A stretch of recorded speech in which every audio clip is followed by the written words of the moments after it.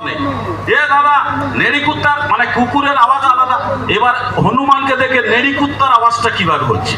তার নাম নেড়ি, তার আওয়াজও সেরকম। হনুমান আর কুত্তা,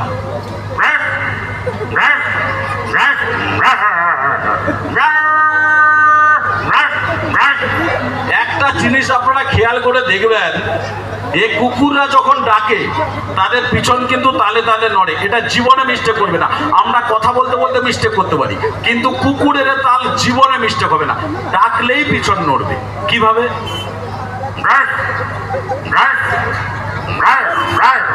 এটা জীবনে মিস্টেক করবে না।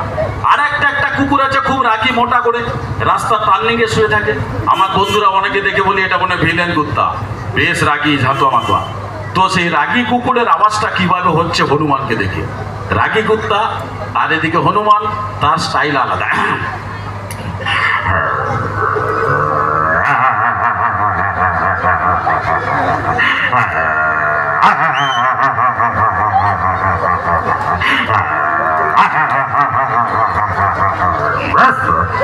দাদা, সেই সময়ে কুকুরের ঘাড়ে একটা মাছি বসছে। এবার পরিস্থিতিটা লক্ষ্য করে দেখবেন, এ কুকুর কিন্তু কনফিউজ, হনুমান দাঁড়াবে না মাছি দাঁড়াবে। ঘাড়ে মাছি, গাছে হনুমান। এবার কিভাবে ঘটনাটা কিভাবে ঘটছে দেখুন। প্রথম হনুমান, তারপর মাছি, স্টাইল পাল্টে গেছে।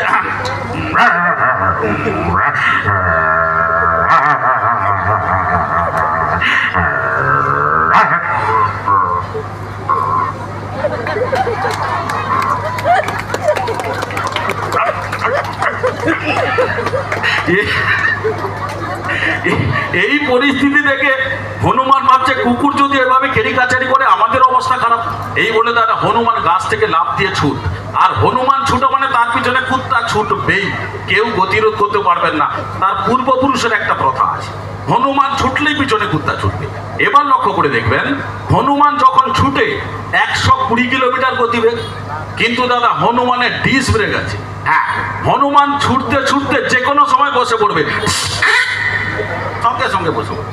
কিন্তু দাদা এ কুত্তার কোনো ব্রেক নাই, এর ব্রেক নাই, কুত্তার ব্রেক নাই, পা স্লিপ করবেই। রানিং অবস্থায় দেখবেন এক জায়গায় জীবনে দাঁড়াতে পারবে না, পা স্লিপ করবেই মাস্ট। এবার ঘটনাটা কিভাবে? হনুমান ছুটছে, পিছনে কুত্তা, হনুমান ছুটছে, পিছনে কুত্তা, হনুমান ছুটছে, পিছনে কুত্তা, হনুমান বসে পড়ছে, কুত্তার পা স্লিপ। এবার কুত্তা ঘুরছে, হনুমান কান পাটায় ঠাক।